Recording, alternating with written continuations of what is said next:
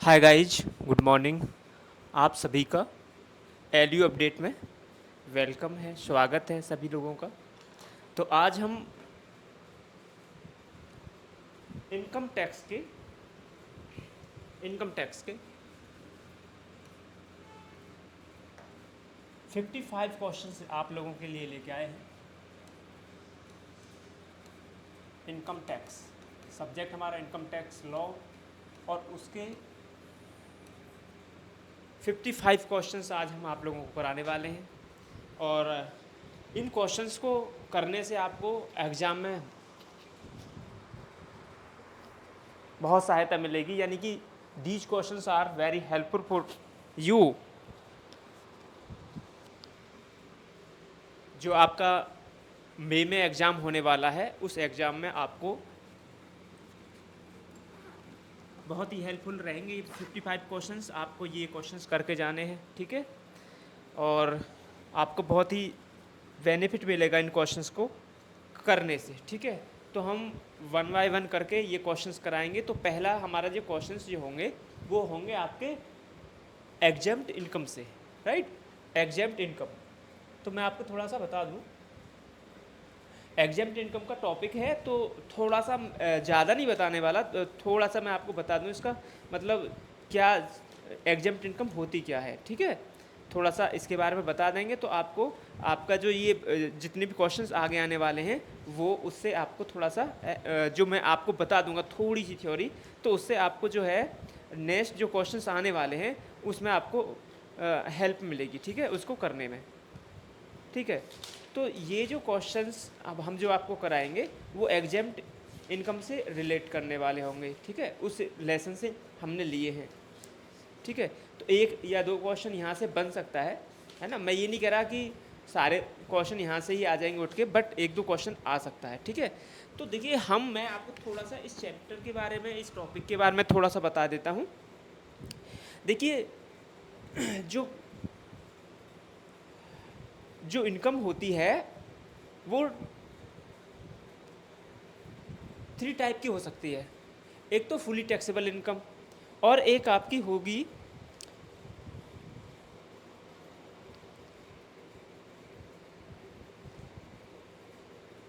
हमने आपको बताया है अभी कि इनकम आपकी 3 टाइप की हो सकती है। एक तो फुली टैक्सेबल हो सकती है, राइट। फुली टैक्सेबल यानी कि ऐसी इनकम जिसपे जो अगर आपको हुई और उस पर पूरी इनकम पर टैक्स लगेगा, ठीक है। एक हो सकती है आपकी पार्टली पार्टली टैक्सेबल और पार्टली एग्जेम्प्ट इनकम, और एक होती है आपकी फुली एग्जेम्प्ट इनकम, राइट। तो fully taxable income, fully exempt income, ठीक है।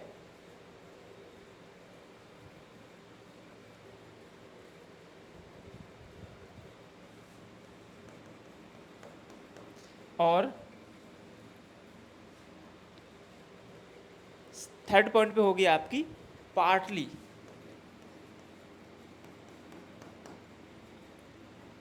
एग्जेम्प्ट और पार्टली टैक्सेबल, ठीक है ना। तो हम जो हमारा ये जो टॉपिक रहेगा, टॉपिक से जो रिलेटेड ये क्वेश्चन है, ये आपके फुल एग्जेम्प्ट और पार्टली एग्जेम्प्ट यानी कि पार्टली टैक्सेबल, पार्टली एग्जेम्प्ट वाले क्वेश्चंस रहेंगे। तो मैं थोड़ा सा आपको ब्रीफली बता देता हूँ कि फुली टैक्सेबल इनकम वो इनकम होती है जिस पर पूरी तरह से टैक्स लगता है, यानी कि पूरी की पूरी इनकम पर टैक्स लगेगा, ठीक है ना। और एक होता है आपका fully exempt income. Fully exempt income यानी कि वो इनकम जिस पर टैक्स नहीं लगने वाला है, ठीक है ना, ऐसी इनकम जिस पर टैक्स नहीं लगेगा। और पार्टली एग्जेम्प्ट इनकम वो इनकम होती है जिसका कुछ पार्ट तो टैक्सेबल होगा और कुछ पार्ट एग्जेम्प्ट होगा, ठीक है ना। तो इससे क्वेश्चन आने वाले हैं, ठीक है ना। तो अब हमने जो है, अगर हम इस पूरे लेसन की बात करें, अगर जो हमने आपको वीडियो बनाई है पहले, जो आपको सिलेबस कराया था, अगर आप उसमें देखेंगे तो उसको हमने डिटेल में, इस लेसन को डिटेल में आपके साथ में डिस्कस किया है। फिर भी मैं थोड़ा सा आपको ब्रीफली बता देता हूँ। तो देखिए इसमें जो आपका पहला है फुली एग्जेम्प्ट इनकम में, तो अब हम इसको ना कितने पार्टों में बांटेंगे, अब हम इसको बांटेंगे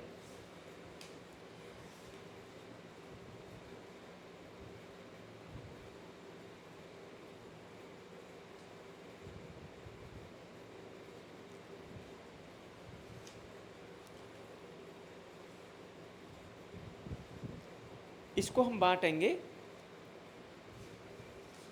इसको बाइफरकेशन कर देंगे, फुली एग्जेम्प्ट इनकम को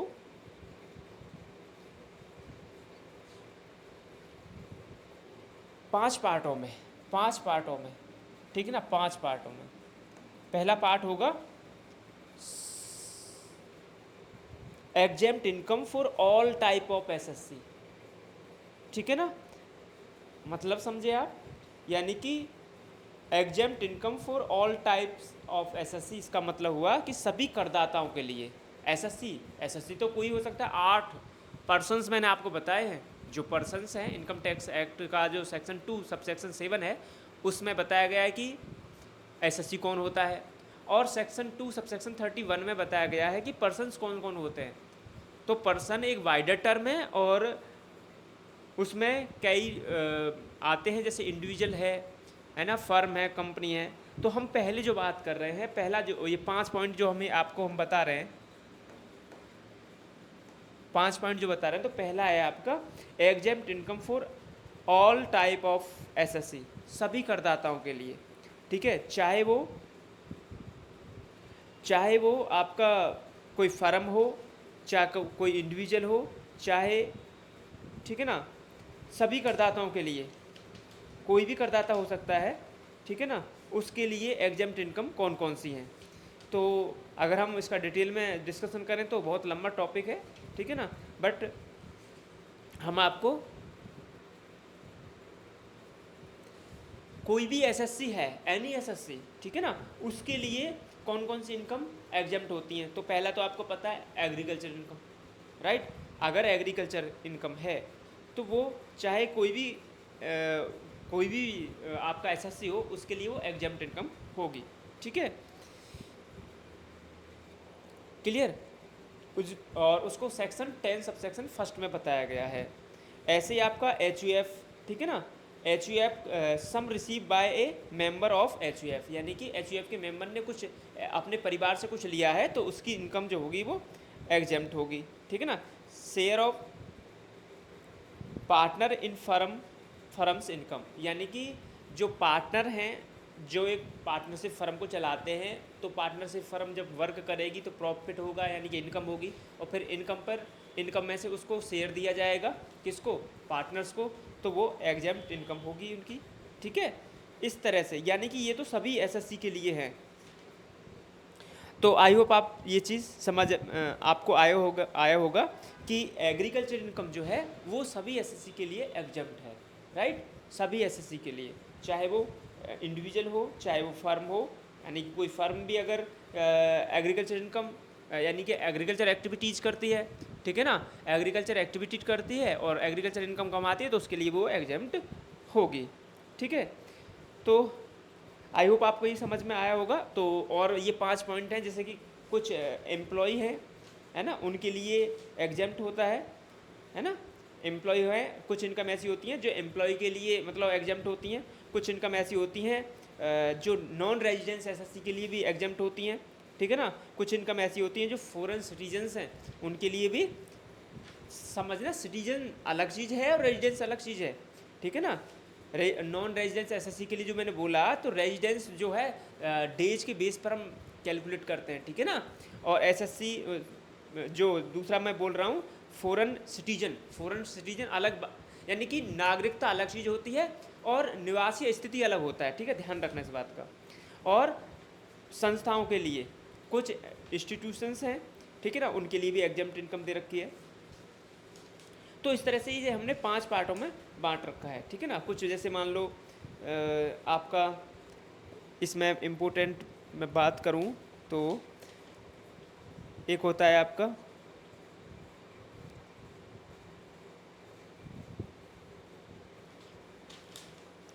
जैसे कि मैं बात करूं, जैसे कि स्कॉलरशिप की मैं बात करूं, है ना, स्कॉलरशिप मिलती है, JRF वालों को मिलता है, या स्कॉलरशिप का जो पैसा मिलता है, छात्रवृत्ति जो होती है वो सेक्शन 10 सबसेक्शन 16 में एग्जम्प्ट होती है। तो आइए हम इसका डिस्कशन कर लेते हैं, ठीक है। आई होप आपको समझ में आया होगा। लेसन के बारे में इसलिए बता दिया है क्योंकि ये थोड़ा सा मतलब इसका जो आपका जो मैं आपको टॉपिक बताने जा रहा हूँ, यानी कि जिसके जिसके हम क्वेश्चंस करने जा रहे हैं, तो आपके माइंड में ये चीज़ आ जाए कि हम मतलब क्या स्टडी किस तरह के क्वेश्चंस हम लेके आए हैं, ठीक है। तो एग्जम्प्ट इनकम की बात करेंगे जो फुली एग्जम्प्ट है, और पार्टली एग्जम्प्ट इनकम की बात हम करने वाले हैं। तो देखिए, अब इसको आप शांति से देखिएगा। तो इसके न्यूमेरिकल क्वेश्चन आपको कराएंगे, तो इनसे ही क्वेश्चंस आने वाले हैं, ठीक है। ये दो आपको मैंने जो ये 3 पार्टों में इसको बाइफरकेट करके बताने की कोशिश की है, तो इसको थोड़ा सा ध्यान से देखेंगे आप लोग, ठीक है। तो पहला क्वेश्चन है आपके सामने ये, ठीक है। तो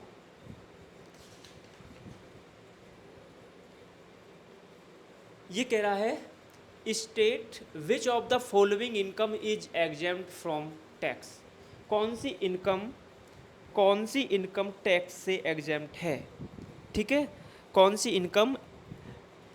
इनकम पर टैक्स नहीं लगता है, ठीक है ना। एग्रीकल्चर इनकम इन कोलकाता है, अगर कोलकाता में एग्रीकल्चर एक्टिविटी हुई है और उससे एग्रीकल्चर इनकम बनी है, तो बताएं मुझे वो एग्जेम्प्ट होगी या उस पर टैक्स लगेगा।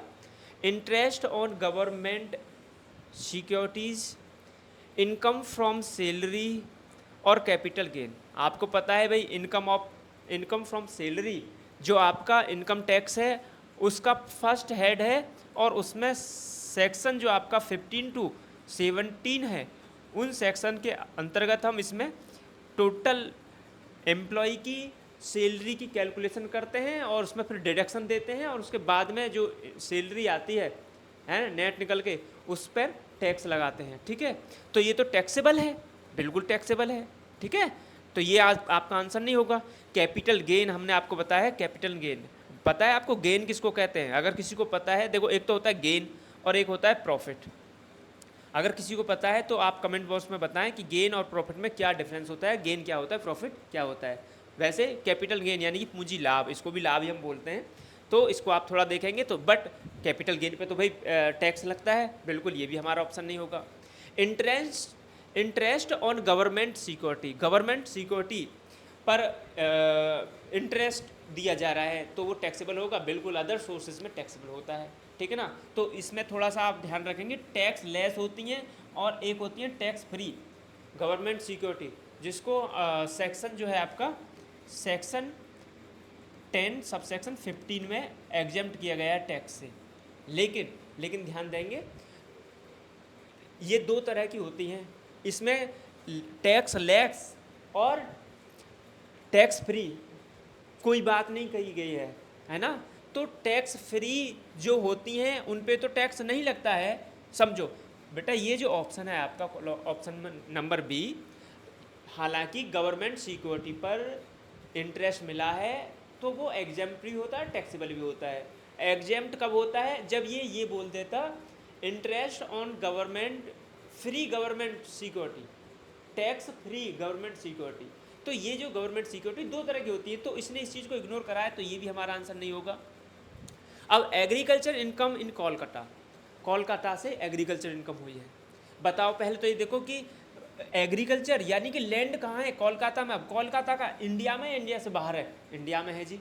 जब इंडिया में है तो इंडिया में इंडिया मतलब देखो, ये मैं जो आपको नक्शा बना रहा हूँ, ये इंडिया है और इसकी सीमा के अंदर कोई भी लैंड है और उस पर एग्रीकल्चर एक्टिविटी हुई है, यानी इसका मतलब एग्रीकल्चर इनकम हुई है, तो वो एग्जेम्प्ट होगी। तो आंसर आपका क्या होगा? ए होगा। आई होप आपको समझ में आया होगा। क्लियर है? कोई दिक्कत है तो आप बताइएगा। Next, agriculture income is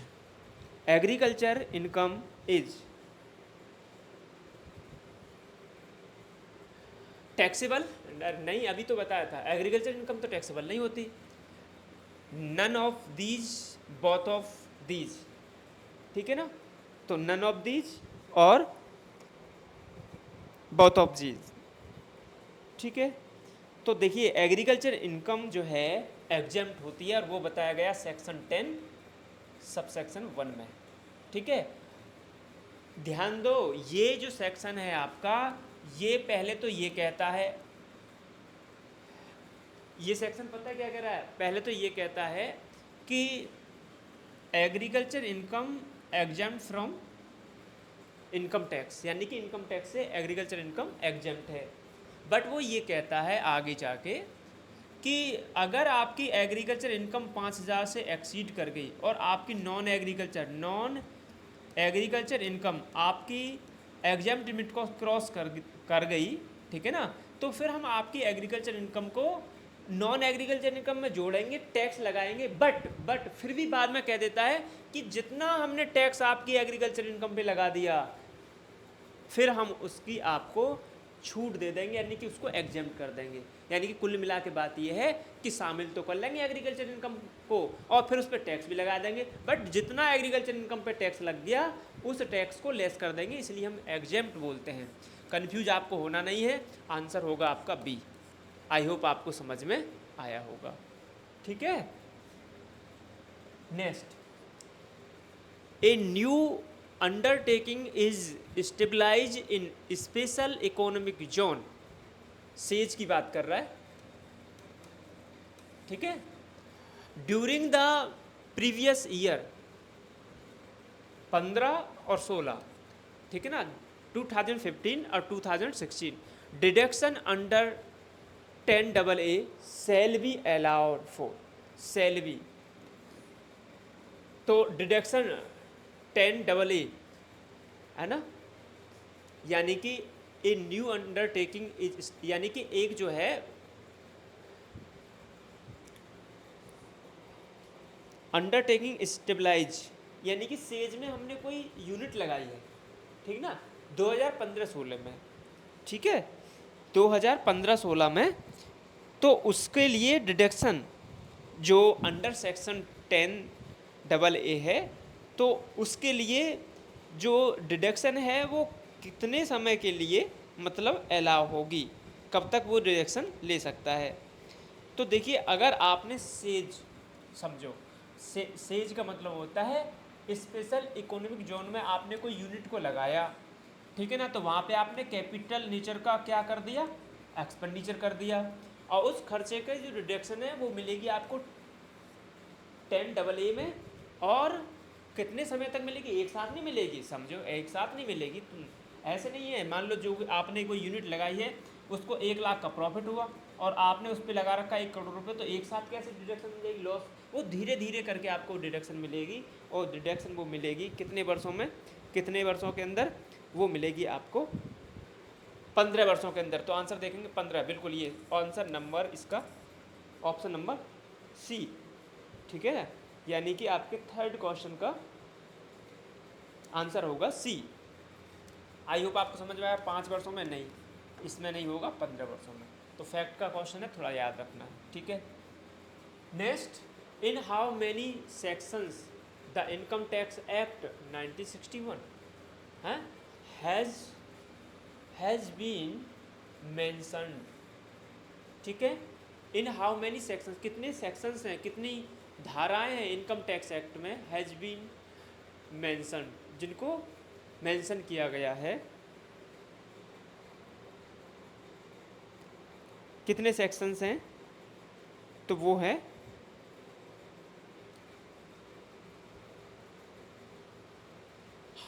in how many sections the income tax act 1961, ठीक है।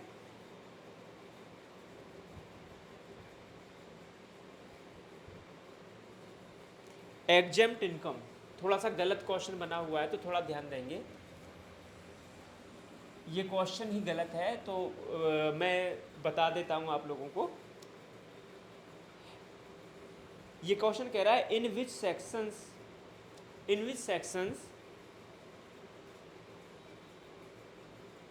ऑफ द इनकम टैक्स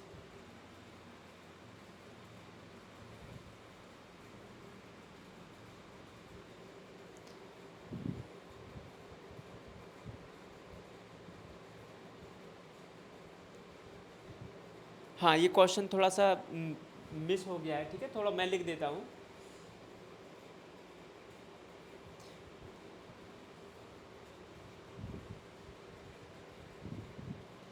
हाँ, ये क्वेश्चन आप यहाँ से हटा देंगे। मैं लिख बोलता हूँ ऑप्शन, देखो मैं क्वेश्चन बोलता हूँ। In which sections of income tax act exempt income have been mention, यानी कि कौन से सेक्शन में डिडक्शन वाली, इनकम टैक्स एक्ट में कौन सी सेक्शन है जिसमें डिडक्शंस की बात की जाती है। ठीक है, तो वो है आपका सेक्शन 10। सेक्शन 10, तो देखो सेक्शन 10 में ना अधिकतर आपको ये मिलेगा कि अ, जो किसी भी व्यक्ति की कुल आय में शामिल नहीं की जाती हैं इनकम, यानी कि वो एग्जेम्प्ट हैं, उनको सेक्शन 10 में बताया गया है। किसी की आय जो किसी भी व्यक्ति की कुल आय में शामिल नहीं की जाती यानी कि एग्जेम्प्ट होती है, तो उसको सेक्शन 10 में बताया गया है। ये क्वेश्चन ये पूछना चाह रहा है आप लोगों से, ये क्वेश्चन गलत है, तो ध्यान देंगे। इन विच सेक्शंस, कौन सा section of the income tax act, income tax act का कौन सा सेक्शन है जो exempt income have been mention, जो एग्जेम्प्ट इनकम को मेंशन करता है, वो है आपका सेक्शन 10, है ना। एक करदाता की कुल आय में शामिल नहीं की जाती है वो इनकम जो बताई गई है, वो बताई गई है सेक्शन, ऐसी आय जो किसी व्यक्ति की कुल आय में शामिल नहीं की जाती है उसको सेक्शन 10 में बताया गया है। जैसे कि मान लो सेक्शन 1 एग्रीकल्चर इनकम, है ना, HUF के लिए सेक्शन 10 सब सेक्शन 2, ठीक है ना। ये तो आप समझ गए होंगे जो अभी मैंने आपको बताया है एग्रीकल्चर इनकम। और ये है क्या कि एक HUF है, हिंदू अनडिवाइडेड फैमिली, है ना, और उस हिंदू अनडिवाइडेड फैमिली से उस परिवार के एक व्यक्ति को परिवार के एक व्यक्ति को परिवार से कुछ मिलता है, ठीक है ना, तो वो जो मिलेगा वो एग्जेम्प्ट होगा, उसको जो इनकम मिलेगी परिवार से वो एग्जेम्प्ट होगी। फिर आपको देखना होगा, आपने स्कॉलरशिप प्राप्त की है तो वो एक इंडिविजुअल की बात कर रहे हैं, तो वो 10 सबसेक्शन 16 में क्या होगी, एग्जेम्प्ट होगी। आई होप आपको ये चीज़ समझ में आई होगी। ठीक है, नेक्स्ट चलें, क्वेश्चन मिस्टेक हो गया था। खैर, नेक्स्ट है the daily allowance receive by a member of parliament. Parliament, ठीक है, इज यानी कि संसद का जो कोई मेंबर है और उसको डेली अलाउंस मिल रहा है, वो रिसीव करता है। तो आपको पता है पार्लियामेंट में ये एक्ट पास होते हैं, पार्लियामेंट में ही सब कुछ होता है, तो वो लोग अपने लिए तो अधिकतर मतलब टैक्स से बचने की कोशिश ही करेंगे। तो इसका आंसर क्या होना चाहिए, है ना, इसका आंसर क्या होना चाहिए, एग्जेम्प्ट होना चाहिए। पार्लियामेंट के मेंबर को कुछ भी है डेली अलाउंस मिलता है तो वो एग्जेम्प्ट है। टैक्सेबल है नो, पार्टली टैक्सेबल है नो, ठीक है, क्लियर है। तो ध्यान रखेंगे पार्लियामेंट में सारे एक्ट बनते हैं और जो बनाने वाले हैं वो तो अपने आप को बचाने की कोशिश ही करेंगे ना टैक्स से, ठीक है, ये वास्तविकता है। Next, tax free income from the allow is, tax free income from the following is, sorry, tax free income from the following is, निम्नलिखित में से कौन सी इनकम टैक्स फ्री है, ठीक है ना। तो अब देखते हैं, एग्रीकल्चर इनकम, बिल्कुल सही बात है, फॉरेन अलाउंस, ठीक है, और dividend from Indian company, dividend from Indian company. तो आपको बताना है कि इसमें से कौन सी मतलब इनकम टैक्स फ्री है, किस इनकम पर टैक्स नहीं लगता है। तो एग्रीकल्चर इनकम पे नहीं लगता है, ठीक है ना। फॉरेन अलाउंस यानी कि फ़ॉरेन से मिलने वाले जो भत्ते होते हैं, ठीक है ना, उस पर भी टैक्स, वो भी एग्जेम्प्ट होते हैं, ठीक है ना, फॉरेन अलाउंस भी एग्जेम्प्ट होते हैं तो उन पे भी टैक्स नहीं लगता है। लेकिन dividend from Indian company taxable है, ठीक है ना, टैक्सेबल है 115 ओ सेक्शन में, ठीक है। तो आई होप आपको समझ में आया होगा, ये आपका आंसर ठीक है। ओके, क्लियर है, ठीक है, आई होप आपको समझ में आया होगा, क्लियर।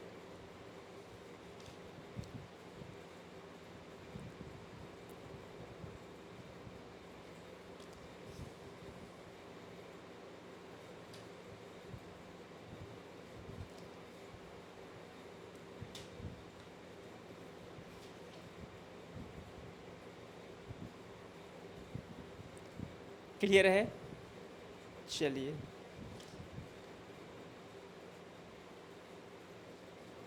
नेक्स्ट है question number next, exempt income is, exempt income is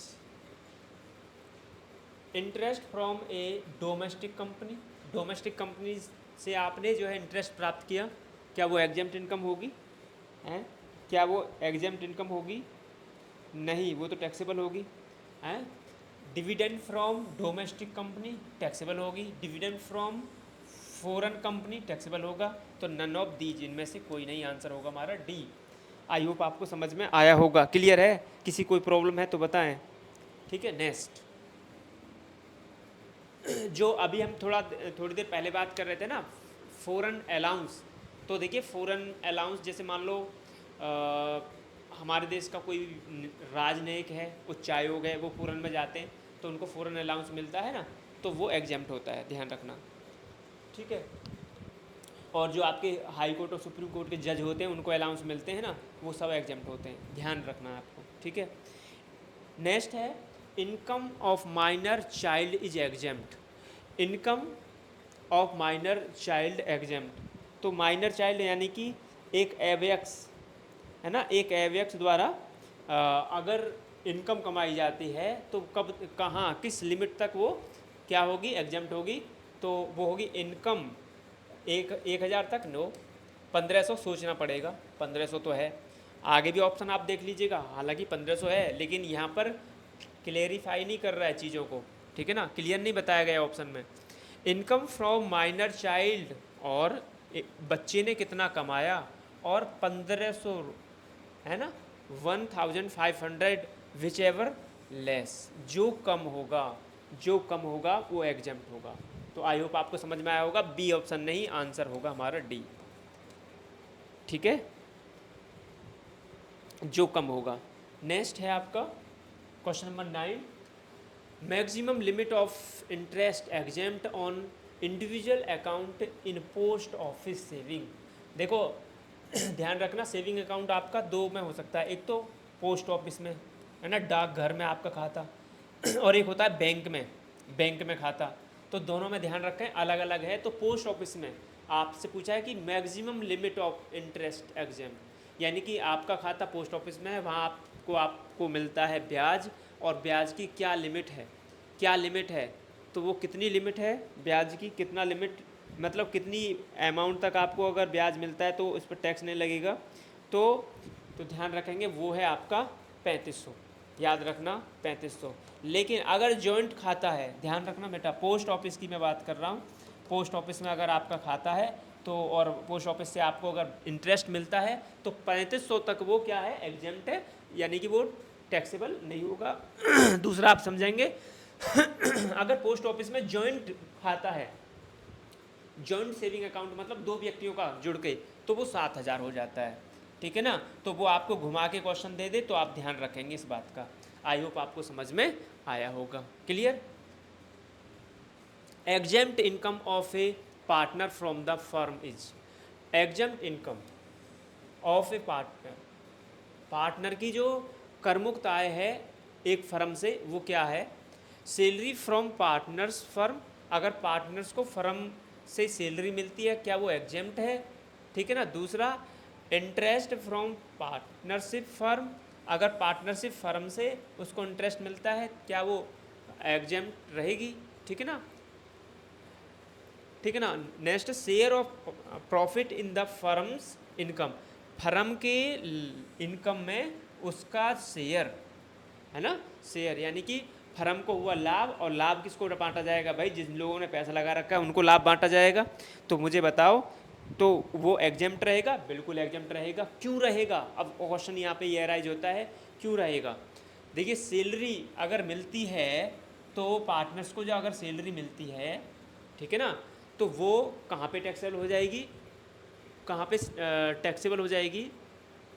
अगर किसी भी पार्टनर्स को सैलरी मिलती है पार्टनरशिप फर्म से, है ना, तो वो कहाँ टैक्सेबल होगी? इंटरेस्ट फ्रॉम पार्टनरशिप फर्म, अगर पार्टनरशिप फर्म से उसको इंटरेस्ट मिलता है तो वो कहाँ टैक्सेबल होगा? ये थोड़ा सा आप ध्यान रखेंगे। ठीक है, तो इसको थोड़ा सा आप देखें कि पहले क्वेश्चन जो मैंने आपसे पूछा है उसको थोड़ा आप डीपली देखें, जाके देखें, तो आपको समझ आएगा कि मैं क्या कहना चाह रहा हूँ। मैंने ये आपसे ये क्वेश्चन पूछा है कि क्या, देखो पहले तो हमने पूछा है आपसे क्वेश्चन कि share of profit in the firms income, यानी कि पार्टनरशिप फर्म है, पार्टनरशिप फर्म को हुआ लाभ, और लाभ जो हुआ पार्टनर्स फर्म ने अपने ओनर में बांट दिया, तो अब वो एग्जेम्प्ट रहेगा। आंसर तो हमारा ये ठीक है, बट वो एग्जेम्प्ट क्यों रहेगा? एग्जेम्प्ट क्यों रहेगा? सीधा सा क्वेश्चन आपका हो सकता है, क्या हो सकता है?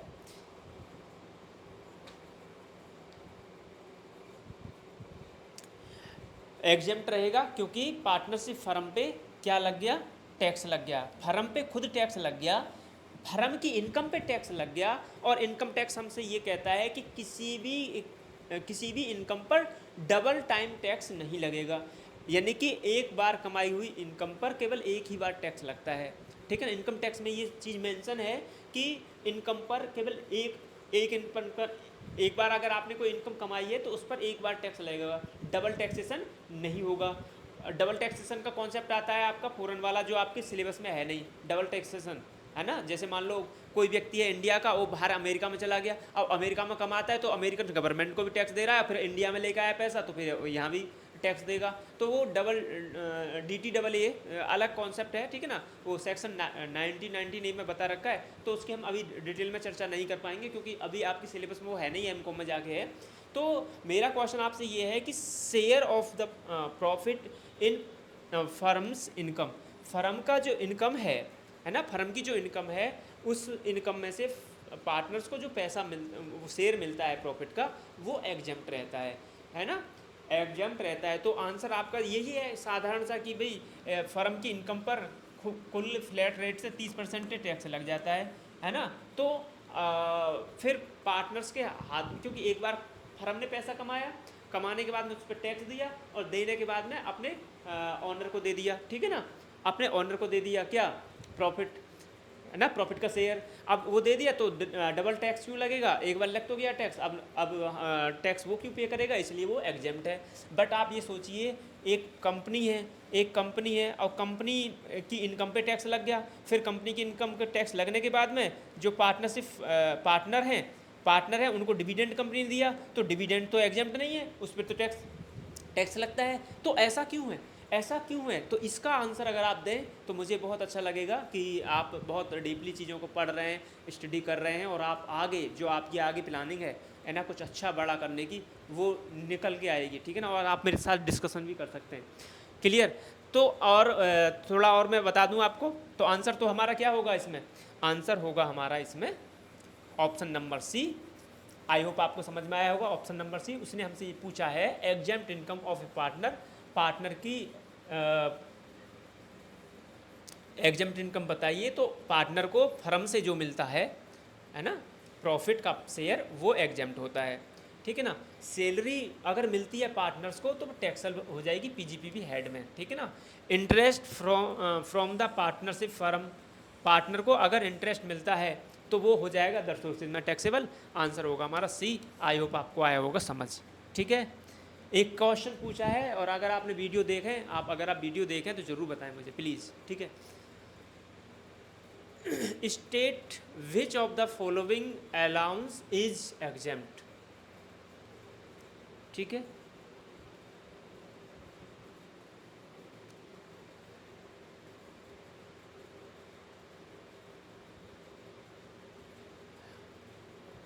क्वेश्चन है अगला।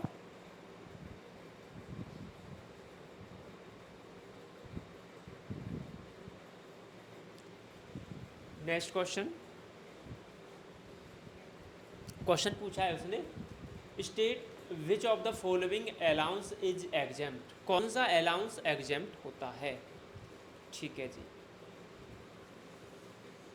तो देखें आप, DNS no, DNS allowance fully taxable होगा जी, फुली टैक्सेबल होगा।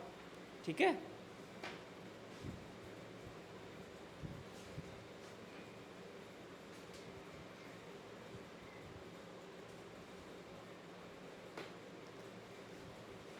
फॉरेन अलाउंस अब से पहले भी हम आपको बता चुके हैं, है ना, फॉरेन अलाउंस के बारे में। सिटी कंपनसेशन अलाउंस, तो पहले तो मैं बता दूं डीएनएस अलाउंस क्या होता है।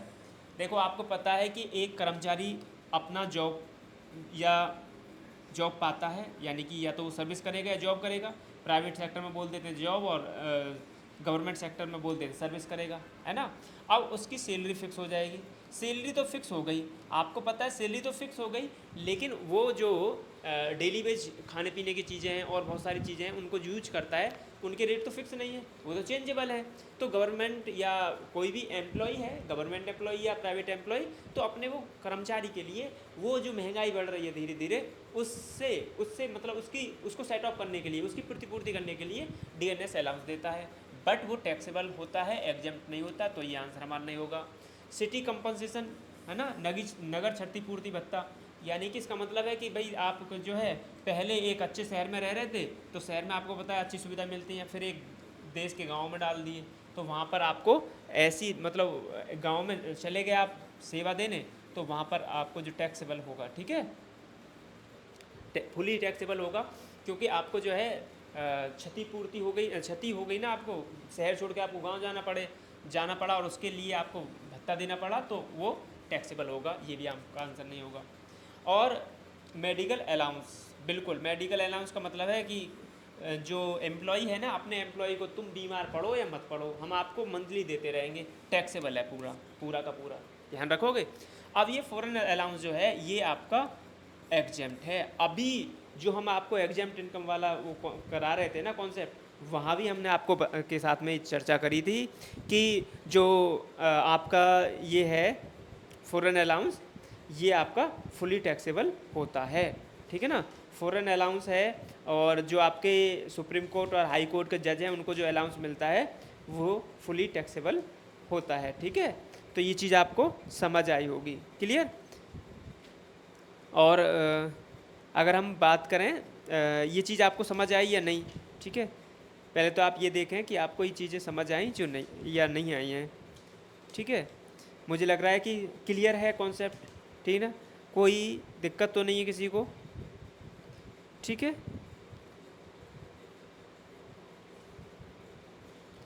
कोई दिक्कत तो नहीं है, तो ये ध्यान रखेंगे आप, है ना।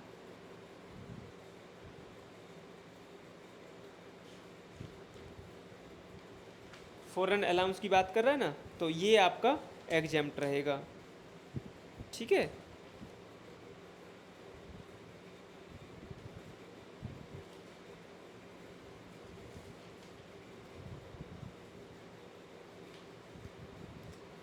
ये आपका, तो देखिए ये आपका यूएनओ में भत्ता मिलता है, वो सुप्रीम कोर्ट, हाई कोर्ट, ये सब आपके, ठीक है। आई होप आपको समझ में आया होगा। Education allowance is exempt for education, है ना, शिक्षा भत्ता मिलता है तो वो एग्जेम्प्ट होगा, कितने के लिए, 2 बच्चों के लिए, ठीक है ना, कितने के लिए, अधिकतम 2 बच्चों के लिए। तो ये आपको समझ आया, 2 बच्चों के लिए, अधिकतम 2 बच्चों के लिए, ठीक है। आंसर होगा इसका सी, क्लियर है, बता रखा है आपको। और वो कितना, 100 रुपये पर मंथ के हिसाब से, अधिकतम 2 बच्चों के लिए, ठीक है ना। भत्ता आपको मिलता है, जो भी मिलता है 10,000 5,000, तो कितना एग्जाम्प्ट हो जाएगा, 12 दूनी 2400 रुपये, ठीक है। Next, a government employ receive salary उसने की रिसीव 1,20,000 एंड इंटरटेनमेंट अलाउंस 10,000 रुपये during the previous year, he spend on entertainment, ये इंटरटेनमेंट पे उसने खर्चा भी कर दिया। He is entitled to deduction under section 16 second, तो उसको कितने की डिडक्शन मिलेगी। तो देखिए ये गवर्नमेंट एम्प्लॉय है, तो पहले तो आप समझ लें कि यहाँ हम डिडक्शन की बात करेंगे, ठीक है ना। अब डिडक्शन की बात कैसे करेंगे, देखो एक तो 5,000 रुपये, ठीक है, 5,000 रुपये, दूसरा उसको कितना खर्चा कितना कर दिया कोई मतलब नहीं है, कितना उसको मिला प्रीवियस ईयर में, उसको कितना मिला, ठीक है। यानी कि आपको अलाउंस कितना मिला है, ठीक। और दूसरा अलाउंस मिला है 10,000। और थर्ड पॉइंट है आपका सैलरी का कितना परसेंट, सैलरी का कितना परसेंट होता है एग्जाम, सैलरी का होता है, इंटरटेनमेंट की अगर हम बात करें तो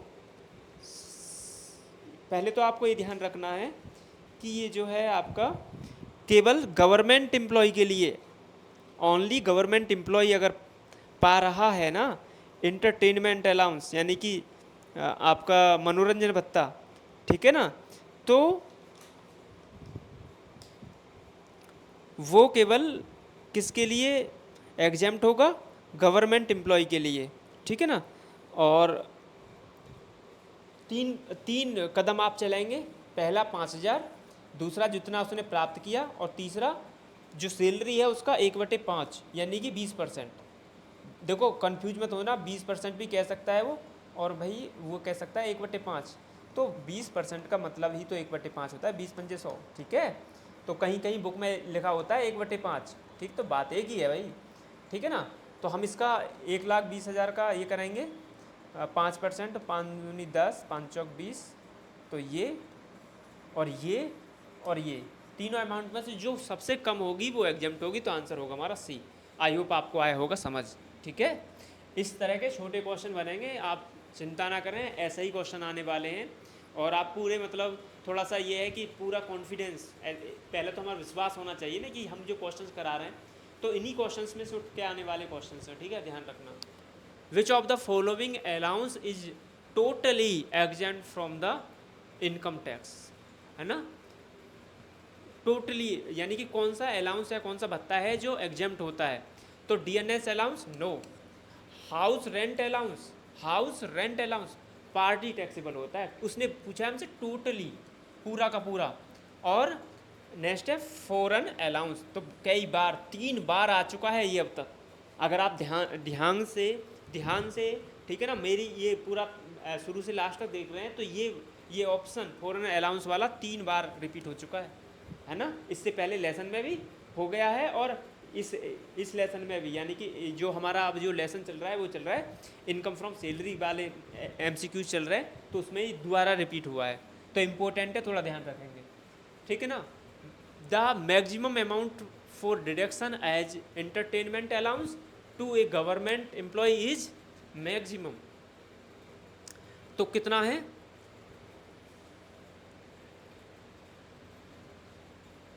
मैक्सिमम अमाउंट तो 5,000 से ऊपर आप नहीं दे सकते हैं, ठीक है ना, 5,000 से ऊपर आप एग्जेम्प्ट नहीं कर सकते हैं, तो इसका 5 का होगा, यानी कि इस क्वेश्चन का आंसर होगा आपका ए, ठीक है। Maximum amount of for deduction की 5,000 से ऊपर नहीं आप, यानी कि डिडक्शन आप एंटरटेनमेंट अलाउंस मिलता है, गवर्नमेंट आप हैं, तो आप 5,000 से ज़्यादा की डिडक्शन नहीं दे सकते हैं। आई होप आपको समझ में आया होगा।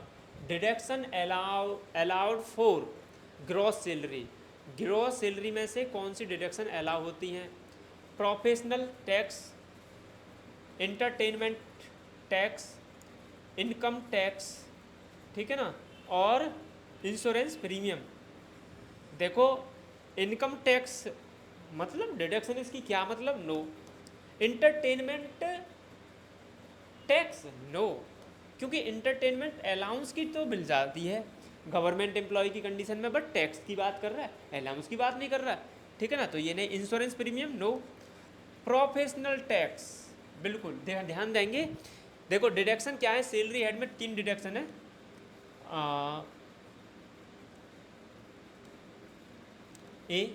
16 IA की डिडक्शन है, सेकंड की डिडक्शन है इंटरटेनमेंट की, ये स्टैंडर्ड डिडक्शन है, ये इंटरटेनमेंट की डिडक्शन है इस सेक्शन में, और सेक्शन 3 में जो है आपकी डिडक्शन है प्रोफेशनल टैक्स की, ठीक है ना। प्रोफेशनल टैक्स अगर प्रोफेशनल टैक्स एम्प्लॉई ने चुकाए हैं तो उसकी डिडक्शन मिल जाएगी, ठीक है, उसकी डिडक्शन मिल जाएगी, तो इसका आंसर आपका प्रोफेशनल टैक्स होगा। आई होप आपको समझ में आया होगा।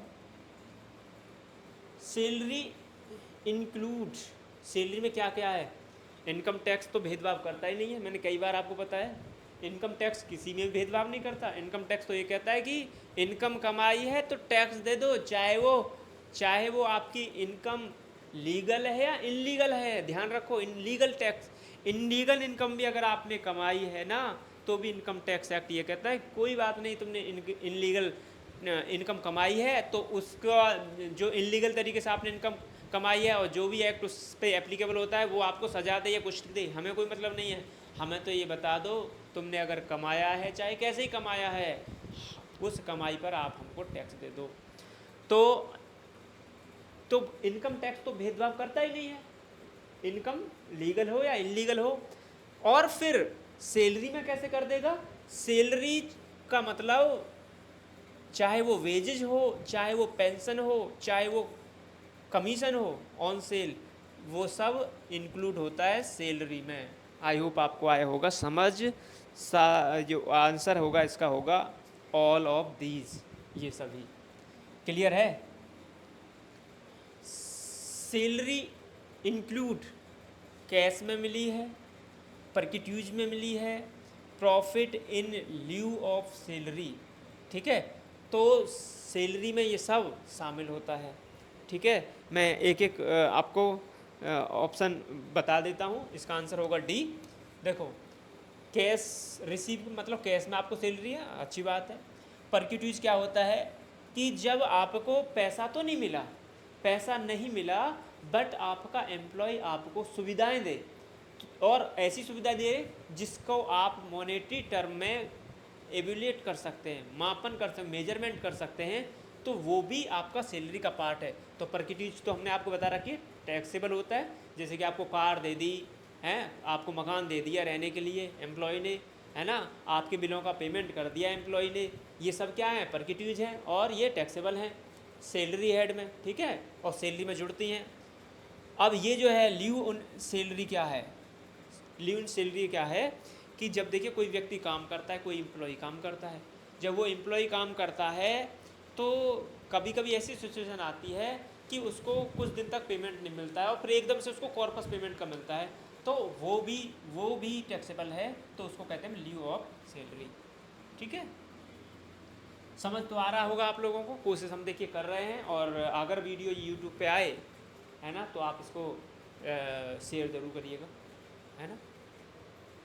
इतना आप हमारा काम करेंगे, मोटिवेशन मिलता है और नहीं है कुछ भी। ठीक है, deduction for entertainment allowance is available by, sorry, deduction for entertainment allowance is availed bye, ठीक है ना। किसके लिए, कौन डिडक्शन पा सकता है, किसकी? एंटरटेनमेंट की। गवर्नमेंट सर्वेंट, गवर्नमेंट सर्वेंट क्या डिडक्शन पा सकता है, अवेल करा सकता है डिडक्शन। ठीक है, या नॉन गवर्नमेंट सर्वेंट नहीं, इसकी तो फुली टैक्सेबल है। वैसे तो मैं आपको बताऊं, सैलरी में तो ये गवर्नमेंट सर्वेंट हो चाहे नॉन गवर्नमेंट सर्वेंट हो, सबकी सैलरी में जुड़ता है एंटरटेनमेंट अलाउंस।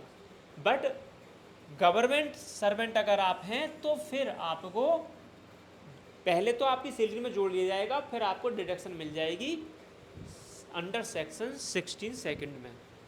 ठीक है, तो आंसर होगा हमारा ए, ये नहीं होंगे। आई होप आपको समझ में आया होगा। ठीक है, interest credit in recognise provident fund, RPF में की बात कर रहा है, account is exempt up to कितने से कम? इंटरेस्ट अगर आप 9.5% या उससे कम करते हैं तो एग्जेम्प्ट रहेगा। ठीक है, तो आंसर क्या होगा आपका? इसका आंसर होगा आपका सी, 10 का सी। ठीक है ना, आई होप आपको समझ में आया होगा कि आरपीएफ में, आरपीएफ की बात कर रहा है। ठीक है, ध्यान रखना। Next, value of facility of a house owned by the employer provide to an employee, मकान मालिक का है, अपने कर्मचारी को दे दिया है, in the city where population is 12 lakhs, है ना, सैलरी। तो देखिए पॉपुलेशन की मैं बात करूँ तो अब देखिए थोड़ा चेंज आया है, बट हम पुराना ही आपको पढ़ा रहे हैं। तो उसमें 7.5 लाख है ना, उससे कम 10 लाख, सॉरी 10 लाख से कम, है ना, 10 लाख से कम, 15 लाख से कम और 25 लाख से कम। ठीक है, अगर किसी शहर की जनसंख्या 10 लाख से कम है तो वहाँ 7.5% लगेगा। अगर किसी शहर की जनसंख्या, जहाँ पे वो मकान है भाई, जहाँ पे वो मकान है उसकी जनसंख्या 15 लाख से तो कम है लेकिन 10 लाख से ज़्यादा है तो 10% लगेगा। और अगर किसी शहर की जनसंख्या 25 लाख से ऊपर है तो वो कितना परसेंट हो जाएगा, वो हो जाएगा आपका 15%। ठीक है, 15%। तो वो कह रहा है कि 12 लाख, तो 12 लाख कहाँ लाई करेगा बताइए, वो किस में आएगा, कौन सी कैटेगरी में आएगा बताएं। ठीक है ना, तो वो आएगा आपका कौन सी कैटेगरी में, वो आएगा सेकंड वाली कैटेगरी में। तो आंसर होगा हमारा 10%। आई होप आपको समझ में आया होगा। ठीक है, एक बार इसका रिवाइज हुआ है तो थोड़ा देख जाना। ठीक है ना, वैसे 10% और वो ही है अभी तक। ठीक है, value of the facility of gardener is taxable for. अब देखो ध्यान देना, हमने आपको बताया है कि भाई वैल्यूएशन आप करेंगे फैसिलिटी का, यानी कि ये परक्यूज है। तो देखिए अनुलाभ को हमने कितने पार्टों में बांटा था, हमने अनुलाभ को बांटा था परक्यूज को जो बाइफरकेट कर दिया था, वो कर दिया था। अगर आपने हमारी वीडियो देखी है तो उनमें आप देखेंगे। तो देखिए परक्यूज को जो हमने बांटा था वो बांटा था 3 पार्टों में। कौन कौन से, फुली टैक्सेबल, है ना, एग्जेम्प्ट, फुली एग्जेम्प्ट और पार्शल टैक्सेबल। कुछ ऐसे वो होते हैं फैसिलिटी जो जिस पर कुछ पार्ट तो टैक्सेबल होता है, कुछ एग्जेम्प्ट रहता है। ठीक है, तो अब देखिए फुली टैक्सेबल को हमने 2 पार्टों में बांटा है, सभी करदाताओं के लिए, है ना, और स्पेसिफाई यानी कि विशिष्ट करदाताओं के लिए। अब विशिष्ट कर्मचारी यानी कि जनरल एम्प्लॉय कह सकते हैं और स्पेशल एम्प्लॉय। तो स्पेशल एम्प्लॉय के लिए टैक्सेबल जो होते हैं ना, वो कुछ मतलब 7 वो हैं फैसिलिटी जो केवल स्पेसिफाई एम्प्लॉय के लिए ही टैक्सेबल होते हैं। ठीक है ना, उन्हीं में से आता है आपका गार्डनर। ठीक है ना, टैक्सेबल। अगर गार्डनर मिला हुआ है, फैसिलिटी मिली हुई है गार्डनर की, है ना, तो वो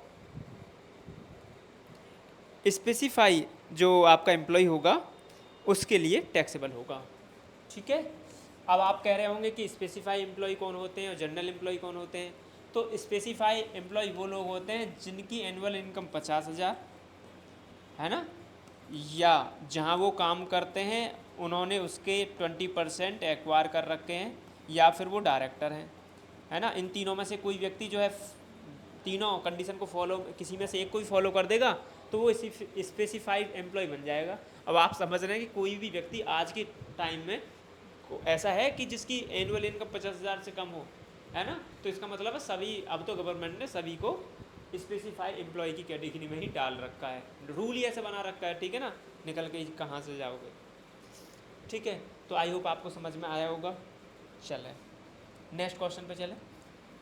cost of education for the employer is 1,200 per month per child for employee taxable value of free education to his child salary.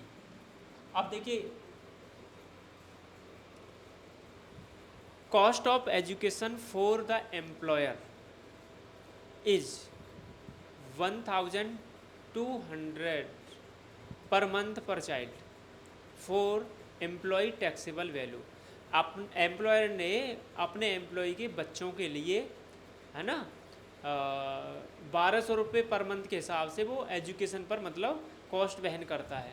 तो फ्री वो कह रहा है कि value of free education to the children shall be, तो free education, ठीक है ना, टैक्सेबल वैल्यू क्या होगी, taxable value of free education, जो वो फ्री में एजुकेशन प्रोवाइड करा रहा है ना, तो उसके लिए आपको ये निकालना है कि टैक्सेबल अमाउंट क्या होगी। तो देखेंगे क्वेश्चन नंबर ये आपका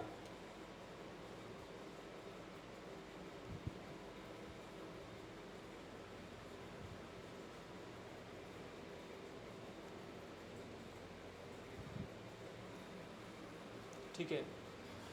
कॉस्ट ऑफ एजुकेशन, जो शिक्षा की लागत है, फॉर द एम्प्लॉयर इज, देखो ये मिस्टर राम, ठीक, ये काम करते हैं यहाँ इस एम्प्लॉयर के अंडर में, और इनका एम्प्लॉयर क्या करता है कि इनके बच्चों को पढ़ाता है ना, और उस पढ़ाता है, और उस एजुकेशन पर जो खर्चा होता है ₹1200 पर मंथ वो खुद करता है, ठीक है ना। तो वो कह रहा है कि फॉर एम्प्लॉई यानी कि कर्मचारी के लिए बेनिफिट दे रहा है। मुझे बताओ बेनिफिट दे रहा है नहीं दे रहा। एक एम्प्लॉयर अपने एम्प्लॉय के बच्चों को पढ़ा रहा है साहब, तो अपने एम्प्लॉय के बच्चों को पढ़ा रहा है और एजुकेशन का वहन खुद कर रहा है, तो बताओ मुझे एम्प्लॉय के लिए कोई इनडायरेक्ट बेनिफिट दिया जा रहा है नहीं दिया जा रहा। अगर वो नहीं पढ़ाता तो एम्प्लॉय भी अपने बच्चों को पढ़ाता नहीं पढ़ाता, और फिर वो खर्चा करता नहीं करता, लेकिन कर कौन रहा है, एम्प्लॉयर कर रहा है। तो taxable value of free education, ठीक है ना, जो फ्री में एजुकेशन दिलवा रहा है वो, तो उसके लिए एम्प्लॉय के लिए वो टैक्सेबल वैल्यू क्या होगी, तो वो होगी आपकी 1200 पर मंथ, यानी कि पूरी की पूरी टैक्सेबल होगी। लेकिन अगर यहाँ पर ये चेंज करके ये कह देता कि ये आर यानी कि राम, ठीक, ये एस यानी कि ये तो हो गया आपका एम्प्लॉई और ये हो गया एम्प्लॉयर। अब इसने इसका एक स्कूल भी है, स्कूल में स्कूल खोल रखा है इसने अपना, इसका संचालन कौन कर रहा है, एम्प्लॉयर कर रहा है, और अपने एम्प्लॉय से कह रहा है कि भाई बच्चों को तुम इस स्कूल में भेजो, है ना, और हम आपको जो है मतलब आपको फ्री में, आपके बच्चों को फ्री में पढ़ा देंगे, तो ध्यान रखेंगे। तो ऐसी कंडीशन में ₹1000 पर मंथ तक एग्जेम्प्ट होता है। अब हम उसका करते हैं कि उसी तरह के मतलब 1000 तक, समझो हम ये देखेंगे कि भाई इस स्कूल में फ़ीस मतलब कितनी है ना, तो 1000 तक वो एग्जेम्प्ट होता। बट यहाँ पूरा का पूरा टैक्सेबल होगा, क्योंकि यहाँ पर जो स्कूल है या स्कूल से संबंधित कोई भी बातें हैं, वो उसका ऑपरेशन से संबंधित बातें हैं वो नहीं दे रखी हैं, केवल ये दे रखा है कि एजुकेशन का जो कॉस्ट है उसको एम्प्लॉई पे करता है, ठीक है ना। Reimbursement of medical bill of a private hospital is exempt up to, बताओ।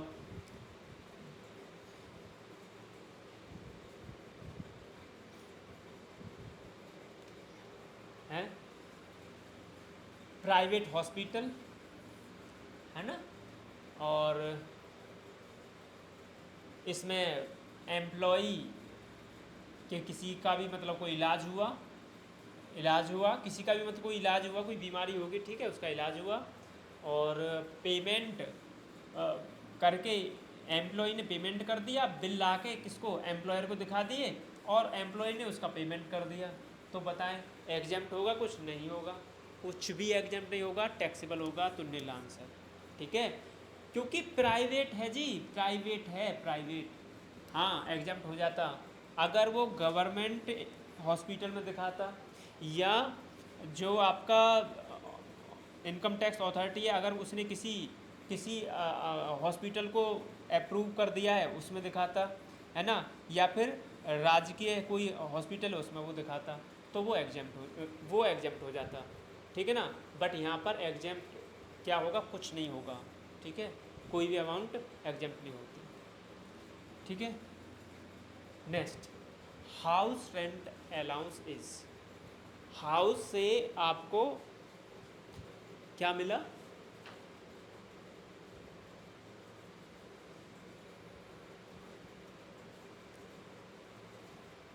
House rent allowance.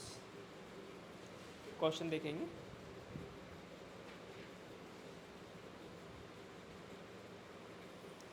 हाँ, एच आर ए की बात कर रहा है। फुली एग्जेम्प्ट नहीं, फुली एग्जेम्प्ट तो नहीं होता। Exempt to a certain limit सोचेंगे। Exempt in a big city नहीं, ये तो ऐसा कोई कंडीशन नहीं है। एग्जेम्प्ट फॉर गवर्नमेंट एम्प्लॉय ऐसा भी नहीं कि गवर्नमेंट प्राइवेट के लिए भी होता है। तो वो जो आंसर हमारा ठीक है ना इसमें, exempt to a certain limit, एक लिमिट है, उस लिमिट तक ही वो एग्जेम्प्ट होता है। ठीक है, आई होप आपको समझ में आया होगा। Exempt to a certain limit, ये आपका आंसर होगा। Clear. HRA paid to an employee residing in a Agra, यानी कि वो आगरा में रह रहे हैं, is exempt up to the lower of actual HRA exceed rent paid over 10% of salary which is less. ठीक है, वो कह रहा है कि HRA paid to an employee, एक कर्मचारी को HRA मिला और वो आगरा में रहते हैं, एग्जेम्प्ट अप टू, यानी कि जो exempt up to the lower of actual HRA है ना, एक्चुअल HRA का जो एग्जेम्प्ट है कम से कम वो एक्सीड रेंट पेड है ना, rent paid over 10% of salary. तो ऐसे करते हैं, देखो एक्चुअल HRA उसको कितना भत्ता मिलता है यहाँ लिख लो, है ना, और rent paid minus 10% of salary. ठीक है, जो आए यहाँ लिखो। और क्या, 3.5 कदम चलने को मैं बोलता हूँ HRA, टैक्सेबल HRA की कैलकुलेशन करने के लिए। एक कदम चले, दूसरा कदम चले, तीसरा कदम क्या है कि अब हमें देखना है कि कहाँ है मकान, मतलब जहाँ वो एम्प्लॉय, पहली शर्त तो ये है कि एम्प्लॉय जो है मकान में रह रहा हो, किराए के मकान में, अपने मकान में नहीं, किराए के मकान में। और जहाँ वो रह रहा है वो है कहाँ, आगरा में। तो आगरा में है, तो आगरा जो है देखो, तीन शहरों को छोड़कर, दिल्ली मुंबई और कोलकाता को छोड़कर, दिल्ली मुंबई कोलकाता को छोड़कर सैलरी का 40% हम लेते हैं, याद रखना ये भी। ठीक है, तो आंसर होगा हमारा ए। ठीक है, तो आंसर होगा हमारा ए। तो आई होप यहाँ तक आपको समझ में आया होगा। कोई दिक्कत है किसी को तो बताएं। ठीक है, सही चल रहा है, आप लोगों को समझ आ रहा है या नहीं आ रहा है। ठीक है, नेक्स्ट क्वेश्चन पे हम चलते हैं। कोशिश हम कर रहे हैं कि आपको सारे ऑप्शंस बता दें डिटेल में, ठीक है ना, लेकिन फिर भी अगर कोई ऑप्शन हम नहीं कर पाते हैं और लगता है आपको कि ये नहीं बताया है सही से, तो आप कमेंट्स में लिख सकते हैं। ठीक है, तो जिससे कि हम देखें कि कौन सा, मतलब देखो अधिकतर मोस्टली जो चीज़ें बताने वाली हैं हम कोशिश कर रहे हैं, लेकिन बाय द वे अगर कोई चीज़ रह जा रही है ना, क्योंकि मेरे कहने से कि मैं अच्छा पढ़ा रहा हूँ वो नहीं मैटर करता है। ठीक है ना, आप लोगों का फीडबैक बहुत ज़रूरी है। ठीक है ना, तभी हमें पता चलेगा। नेक्स्ट है आपका द कंप्यूटेड पेंशन, है ना, in case the employ does not get gratuity shall be taxable. Gratuity उसको नहीं मिलती है। अब पेंशन की बात कर रहा है, तो पेंशन को हमने 2 पार्टों में बांट दिया था। अगर पेंशन की हम पूरी तरह से बात करें तो देखो, पेंशन को हम पहले, पेंशन का अगर मैं आपको परफॉर्मा जो मैंने आपको पढ़ाया है ना, जो आप हमारे ऐप पे देखते होंगे वीडियो, जो जिन लोगों ने कोर्स परचेज कर रखा है, तो उसमें देखेंगे आप तो कि हमने 2 पार्टों में बांटा था पेंशन को, एक तो गवर्नमेंट एम्प्लॉय और एक नॉन गवर्नमेंट एम्प्लॉय। तो अगर हम बात करें गवर्नमेंट एम्प्लॉय के लिए, तो अब गवर्नमेंट एम्प्लॉय है तो उसमें हम बात करेंगे कि जो पेंशन है वो मंथली मिलती है तो टैक्सेबल है। ठीक है ना, और वो एक साथ मिलती है ना, पेंशन का एक साथ पार्ट वो ले लेता है तो क्या होता है, एग्जेम्प्ट होता है। किसके लिए, गवर्नमेंट एम्प्लॉय के लिए। और लेकिन मैं करूँ किसकी बात, अगर मैं बात करूँ किसकी, नॉन गवर्नमेंट एम्प्लॉय की, तो हम इसको दो पार्टों में बांटते हैं। एक तो बांटते हैं मंथली मिलता है, मंथली मिल रहा है तो टैक्सेबल है, गवर्नमेंट नहीं छोड़ेगी भाई, मंथली मिल रहा है आपको, पर मंथ पैसा मिलता है पेंशन का। तो अगर वो एक साथ मिलता है तो फिर हम आगे सोचेंगे, तो दो पार्टों में बांटेंगे कि ग्रेजुटी मिलती है या नहीं मिलती है। अगर ग्रेजुटी मिलती है और पेंशन भी मिलती है तो क्या करते हैं हम, ग्रेजुटी मिलती है और पेंशन भी मिलती है तो हम क्या करते हैं, तो एग्जेम्प्ट होता है 1/3 पार्ट। और अगर आपको ग्रेजुटी नहीं मिलती है तो एग्जेम्प्ट होता है 1/, आपका कौन सा पार्ट, 1/2 पार्ट, ठीक है। तो यानी अगर आप ग्रेजुटी भी लोगे तो फिर गवर्नमेंट आपको जो छूट है वो कम देगी, और अगर आप नहीं लेते हैं तो फिर ज़्यादा देगी, आधा पार्ट एग्जाम कर देगी। आई होप आपको समझ में आया होगा, रीजन भी बता दिया है। In the case of non government employees covered by the payment of gratuity act 1972, what is the maximum amount of gratuity। तो मैक्सिमम अमाउंट इम्पोर्टेंट है, मैक्सिमम अमाउंट कितना होगा, है ना। अगर ग्रेजुटी एक्ट में आता है, वैसे तो एक्ट में आता है या नहीं आता है उससे कोई मतलब नहीं है, ठीक है ना, और वो है आपका 20 लाख, ये आपको ध्यान रखना है, ठीक है। In the case of non government employees covered by the payment of gratuity act 1972, what is the maximum amount, आपकी 20 लाख है। तो देखिए इसमें कोई चीज़ ज़्यादा बताने वाली नहीं है, ये आपका फैक्ट का क्वेश्चन है तो ये आपको ध्यान में रखना है, ठीक है ना। Gratuity receive by a government employ is, अगर गवर्नमेंट एम्प्लॉय ने ग्रेजुटी प्राप्त करी है तो वो कैसी होगी, तो वो आपकी, अगर गवर्नमेंट एम्प्लॉय की बात कर रहा है तो वो आपकी फुली एग्जाम्प्ट होगी, फुली एग्जाम्प्ट होगी, ध्यान रखना, ठीक है, clear. Next, the periodic payment of money for the past service is known as, है ना, periodic payment of money for the past service is known as, उसको हम कौन सी, मतलब पास्ट में आपने कहीं पर सर्विस की और आपको पीरियोडिक पेमेंट ऑफ मनी मिला है पास्ट सर्विस का, तो उसको हम किस नाम से जानते हैं, तो उसको हम कहते हैं, तो हम उसको कहते हैं पेंशन, ठीक है ना। पीरियोडिक पेमेंट मिलता है ना मनी में, है ना, क्यों मिलता है, पास्ट में आपने, अरे पेंशन आपको क्यों मिलती है, क्योंकि कहीं ना कहीं आपने पास्ट में क्या करी है, कहीं सर्विस करी है भाई, जब भी आपको पेंशन मिलती है, ठीक है ना। नेक्स्ट है maximum exempt amount of encashment of earned leave receive by an employ is, maximum exempt amount of encashment, है ना, छुट्टियों के नकदीकरण के संबंध में आपका कितना है एम्प्लॉय के लिए मैक्सिमम, ठीक है ना, मैक्सिमम एग्जेम्प्ट है वो अब कर दिया है आपका 25 लाख। आई होप आपको आया होगा समझ में, ठीक है ना, 25 लाख। तो आपको समझना है ग्रेजुटी का कितना है 20 लाख और एनकैशमेंट का कितना है 25 लाख, ठीक है, ठीक है। पहले ये जो है 3 लाख हुआ करता था, अब 3 लाख से एकदम से ही 25 लाख कर दिया गवर्नमेंट ने, ठीक है। तो ये कन्फ्यूजन वाली स्थिति होती है, वैसे आप लोग तो फर्स्ट टाइम पढ़ रहे हैं लेकिन हमें थोड़ा सा चेक करना पड़ता है क्योंकि हम देखते आ रहे हैं ना, तो चेंज होती हैं ये चीज़ें, तो इन्हें तो हमको केवल क्रेमिंग ही करना पड़ता है, ठीक है, और कोई इनका चारा नहीं है, ठीक है, और कोई सॉल्यूशन नहीं है भाई इसका। Maximum amount of exemption in case of